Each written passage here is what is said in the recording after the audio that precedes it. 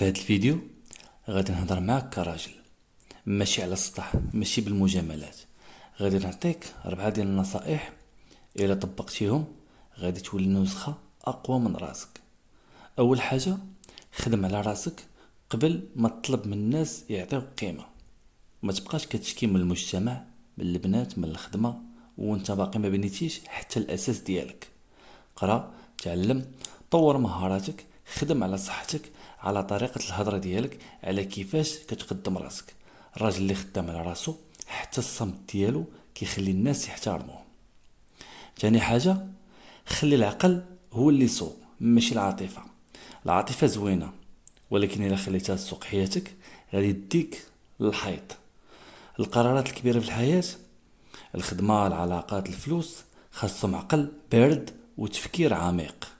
الرجل القوي كيعرف يمتى يقول لا واخا الاحساس كيقول لي ثالث حاجه، كون راجل عنده مبدأ ووقف عليه. ما تبدلش جلدك باش ترضي الناس. اليوم كيدوي هكا غدا كيدوي هكاك بحال الريح. خلي عندك خط واضح، الصدق، الاحترام، الكرامه، الخدمه النقيه. الناس كتحترم الراجل اللي ثابت، ماشي اللي ديما تابع الموجه. رابع حاجه، الحب مهم ولكن ماشي كلشي.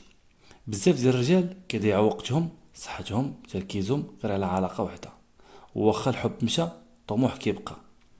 بني حياتك على أهدافك، على مشروعك، على الخدمة ديالك. واخا الحب يتأخر غادي يجي وقته، ولكن ما تخليش حياتك كاملة واقفة عليه. دابا سول راسك، شنو من هاد النصائح كدير فعلا وشنو خصك تبدا دير اليوم؟ لنا تعليق وقول لينا شنو النصيحة اللي ضربات فيك مزيان. خلينا تعليق وقول لينا شنو النصيحة اللي عجباتك مزيان.